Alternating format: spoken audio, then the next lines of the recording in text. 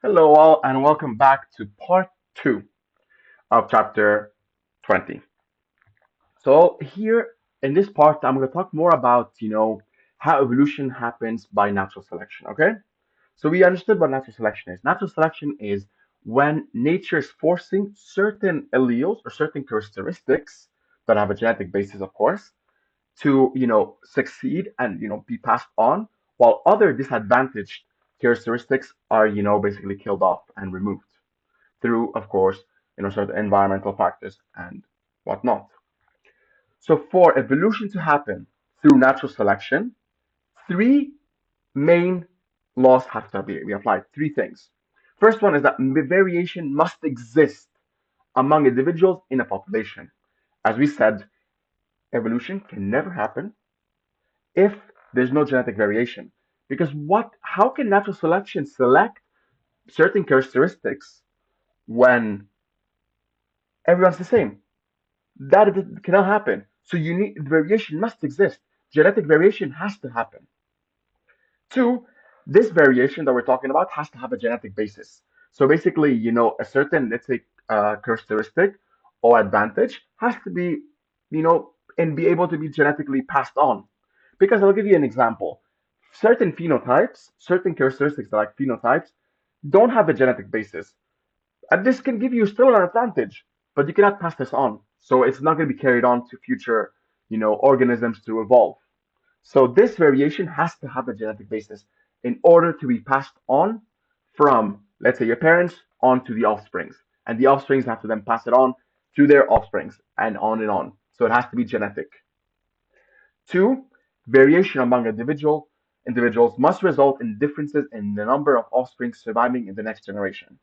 So what here they're trying to say is that this advantageous characteristics that we're passing on, this should actually enhance the number of offspring that are surviving in the next generation.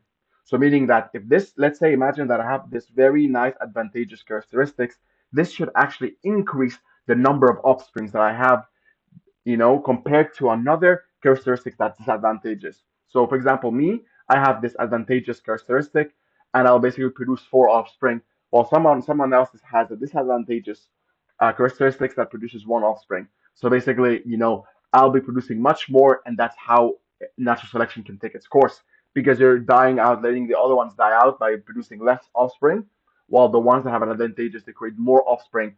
So hence, you're really been changing the allele frequency. And this concept over here, it's called fitness, which we'll talk about much more. But one thing that I want you to actually understand is that natural selection and evolution are not the same. They're not. Natural selection is one process that can result in evolution. As we spoke, there are multiple things that can cause evolution, like mutations, gene flow, non-random mating, and genetic drifts. Natural selection, is just one way that evolution can happen. Okay? So please do not, think that they're the same. No. Natural selection is a process in which helps evolution occur. Evolution is just a historical record or outcome of a change through time. So, meaning that it's a record of how certain organisms have changed throughout time. Okay? So, the result of evolution driven by natural selection is that populations become better adapted to their environment. So, what they're trying to say here is that natural selection pushes certain populations to have a certain, phenotype based on the environment, because the environment is what's pushing certain, characteristics to come out because they have some certain advantage. And let me show you a pure example. So let's imagine you have these really nice little pocket mouse. These can come in two forms. They can come actually in, this light coat, this kind of, let's say, brown coat, and then this kind of dark coat, which is more black. So mice that are actually living in these kind of, let's say, black lava rocks, these actually have some sort of advantage because they blend in to the rock. Well, these guys, they are very, kind of, they catch your attention because, of course, of the color difference between the black lava rock and, of course, their fur color. While these guys, if they live in basically in the sand, which have the same color, they can get camouflaged. So it's better for these guys that are living in the, of course, black lava to have this black color. Because what happens is that this prey, which is basically this owl, is going to be immediately catch this guy compared to these because this is much more, in its face. So this is how the environment is pushing certain characteristics to pop out. So in the case of basically in the lava rock, you're going to see much more of these kind of black coat colored over there. So this is how the environment is pushing certain characteristics to come out, and others to die out. So now let's talk about fitness. Fitness, as we said, are basically individuals with one phenotype leave more surviving offspring in the next generation than individuals with alternative phenotypes.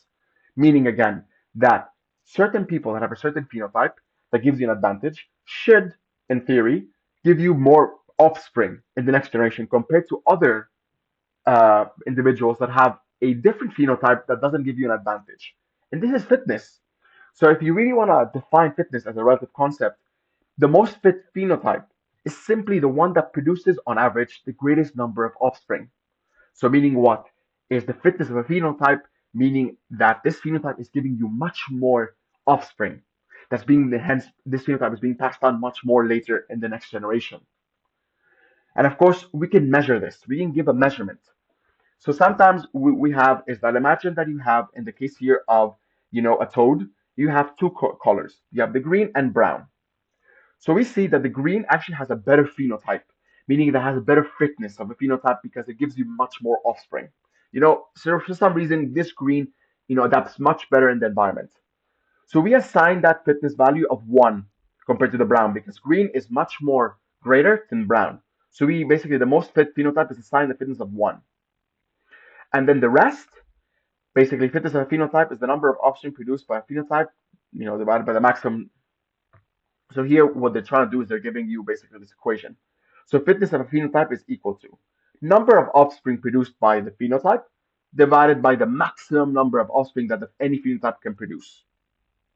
So the maximum number, okay, so if we apply this to the population of toads, you have green and brown. The green gives 4 offspring, the brown gives 2.5.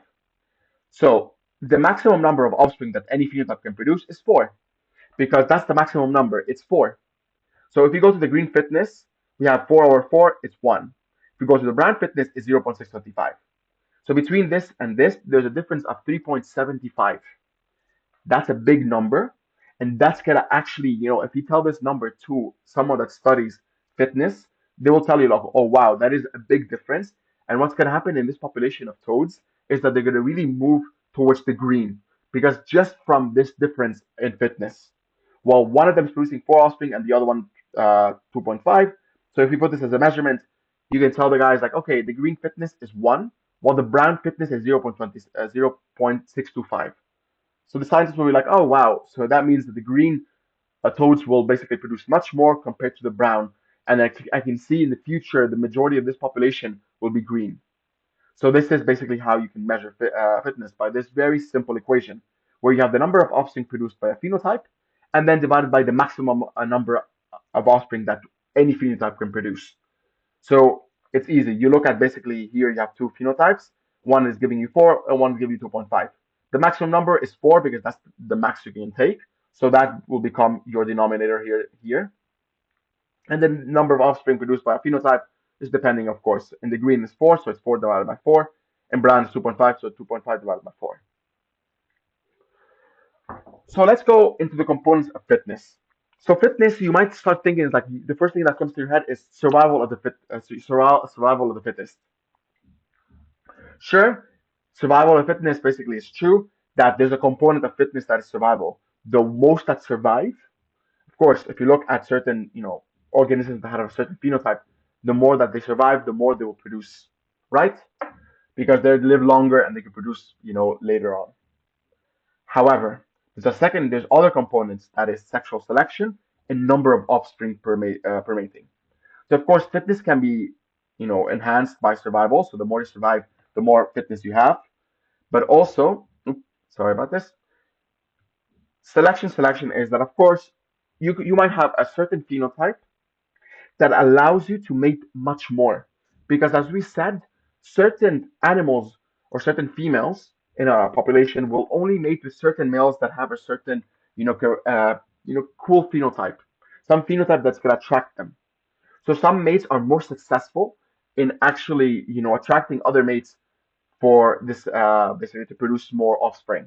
So you have a sexual selection that is a component of fitness. And three, the number of offspring per mating. Certain phenotypes can actually give you much more offsprings. Like just here, the green toad gives you four offsprings, while the brown gives you two and a half. So of course, the green one will give you much more greater fitness compared to the rest. So these are components that fitness is under it.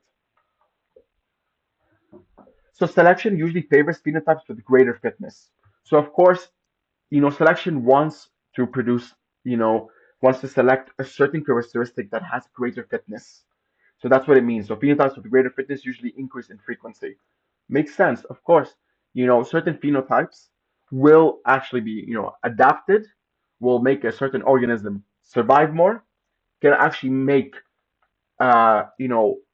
increase the sexual selection, so it increases the number of mates to, create offspring, and can actually increase the number of offspring per mating. So let's give you here an example of this. Basically, this really weird kind of creature called water striders. They're these kind of insects, and one thing they saw is that the bigger the water strider, basically the bigger the water strider, the bigger the amount of number of eggs laid. So you can see here in this x y-axis, the x is the length of the adult female strider, and the y is basically how many eggs they lay per day. So you can see the bigger they are, the more eggs they lay. However, if we compare right now, so we keep the x-axis the same, so the length of the adult female strider, and we compare it to the lifespan, the bigger they are, the less they live. So this is a problem. So of course, they can actually produce more eggs the bigger they are, but for a certain time because they can die. For example, this one at 15 millimeters might be producing, let's say 6 eggs per day, but they only live 20 days. Compared to one that's 13 is, living much more, 30 days, and is producing basically, let's say, 2 eggs. So it can actually, in total, produce much more eggs. So if we actually now put this here, the length of an adult female water strider and the number of eggs laid during the lifetime, so we combine the lifespan and the per days per day, you see that the bigger they get, the more eggs they produce in their lifetime, X until using, they reach a plateau, which are around 14 nanometers, and the more the bigger they get, the suddenly decrease because now they're just not living so many days to produce much more eggs. So actually intermediates, not too big and not too small, in the middle, produce much more eggs over the lifetime. So you can see that suddenly this intermediate phenotype is having a better fitness because they're producing much more offsprings. And here we have two things. We have, of course, the length and also how much they survive. So we're combining two things: the number of offsprings per mating and also survival. Two components. So now let's talk about sexual selection. So this is basically when certain organisms will select certain mates. So there's always competition for mates. So there can be basically intrasexual selection and intersexual selection. Intrasexual selection, so intra meaning within, is the competitive interactions between members of one sex. This could be males. Males will fight with each other sometimes to basically compete for the female. Or the opposite is the intersexual, so a bit more outside, where the female will choose a mate of selection. Or the opposite, it could be also the male choosing the female. So that's inter. So inter is between members of the same sex, so male with male or female with female. Intersexual is female with male. That's the difference. And of course, there are certain preferences.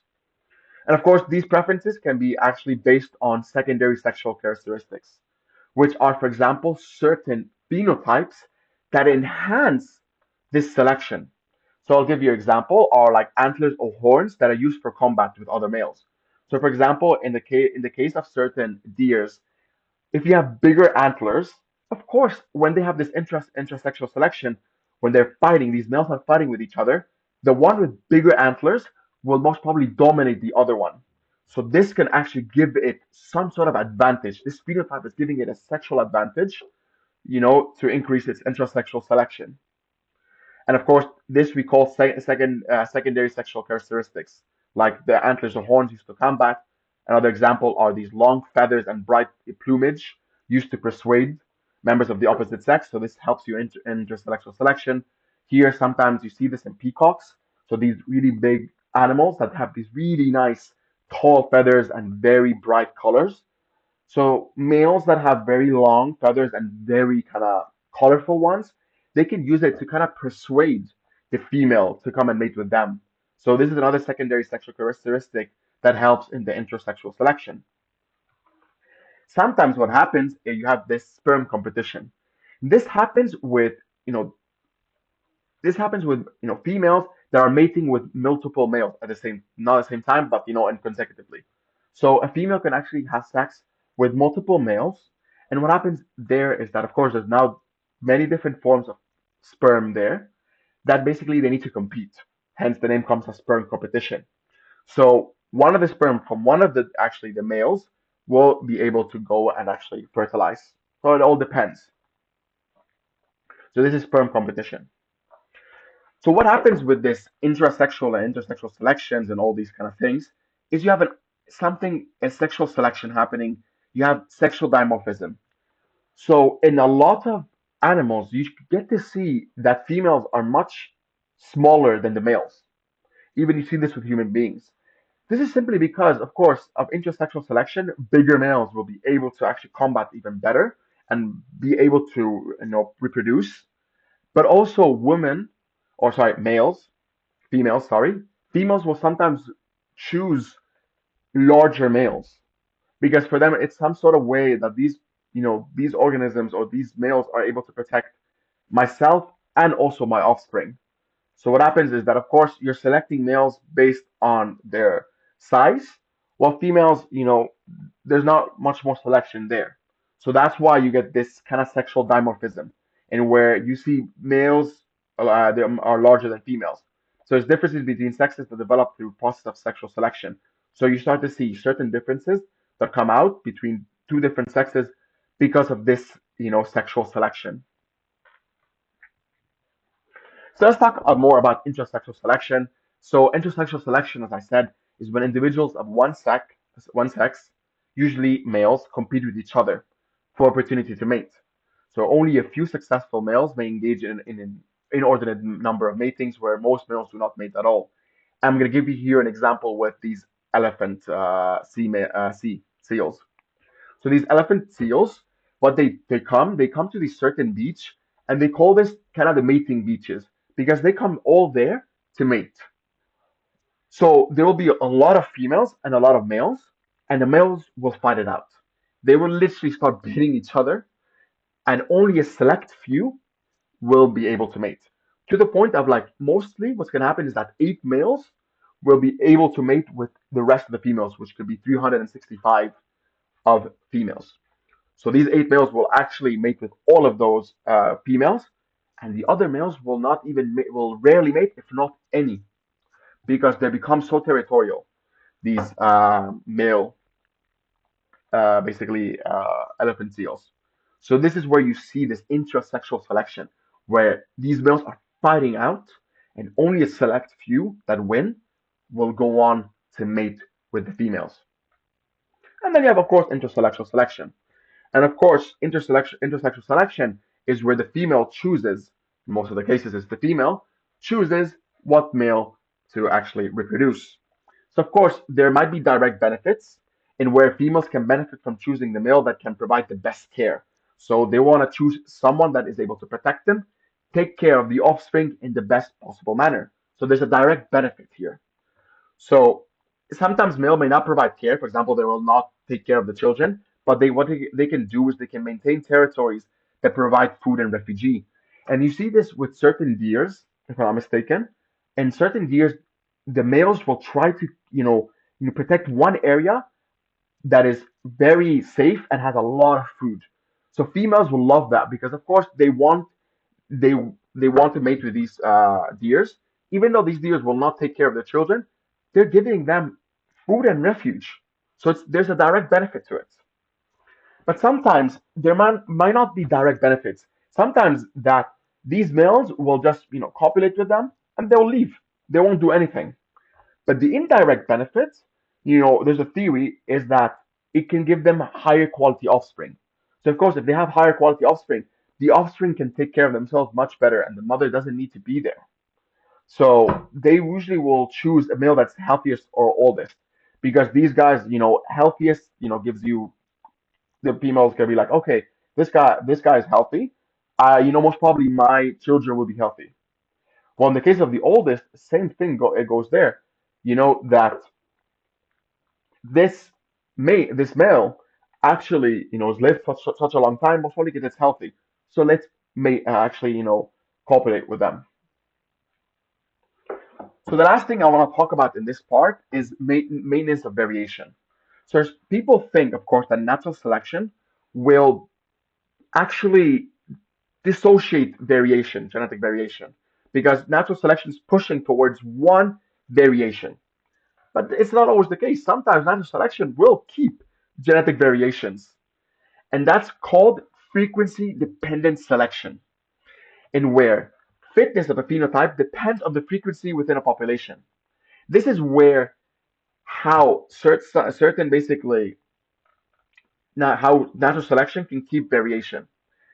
And this is frequency dependent selection, where the fitness of a phenotype that will depend on how much does it exist within a population. And there's two ways. There's negative frequency dependent selection and positive frequency dependent selection. So negative frequency dependent selection, the name is quite kind of self-explanatory, is where rare phenotypes are favored by selection. So meaning that negative frequency, so the less frequent a phenotype is, the better it is for its selection. So, these are rare forms that not be seen in search image preyed upon. So we'll talk about this as an example. Positive frequency independent selection is the opposite, where if you have a phenotype that is very frequent in a population, it actually gives you a better fitness. So there's better selection for it. So favors common form. So it tends to eliminate variation, and oddballs stand out. And there's something that is oscillating selection that is going between negative frequency and positive frequency. It's going between them, hence oscillating. So I'll give you examples of them. So let's start with this negative frequency dependent selection. So we have this water boatman, this kind of creature over here that can come in three colors: dark brown, medium brown, or light brown. And they saw that this water boatmen that are actually light brown, so they're actually the less common phenotype among these water boatmen. So mostly they're dark brown, the others are medium brown, and the others are light brown. So the ones that are actually less frequent, which is the light brown, get eaten much less compared to the dark brown, because their prey, these fishes, will look at the light brown and be like, oh wow, what is that thing? It's quite rare. I'm not gonna eat that. It's gonna prefer something that's seen before, which is the dark brown, because there's much more happening. So this is how negative frequency dependent selection occurs, where you have a phenotype here that is less seen, so hence the negative frequency, so less seen, actually can help selection, because these guys survive much more and will basically. Then you have the positive frequency dependent selection, where, on the contrary, the oddball, the one that's shown less, is eaten up. So the ones that are actually more common will survive. So an example here, you have these small fishes that all have the same color. Well, you have got this guy over here that it has a rare color that's not seen. This other fish is gonna directly spot it out and kill it. And the final one is oscillating selection. So where you actually go from one phenotype to the other depending at the time. So let's imagine basically you have these medium ground finches. So these guys will basically go to certain places where there's water and will actually, get seeds. In times of drought, where there's no water, actually these birds with big beaks are favored, because when there's no water, there are big seeds. So these guys that have small beaks will not be too big for them. So the ones that have bigger beaks survive. However, in wet conditions, this changes, because now there are smaller seeds. So the big beaks will not survive compared to the small beaks, because now the small beaks is perfect for them to catch these small seeds. So this is how oscillating can happen, depending on the environment and how that things can change, you know? So that's the end of part two.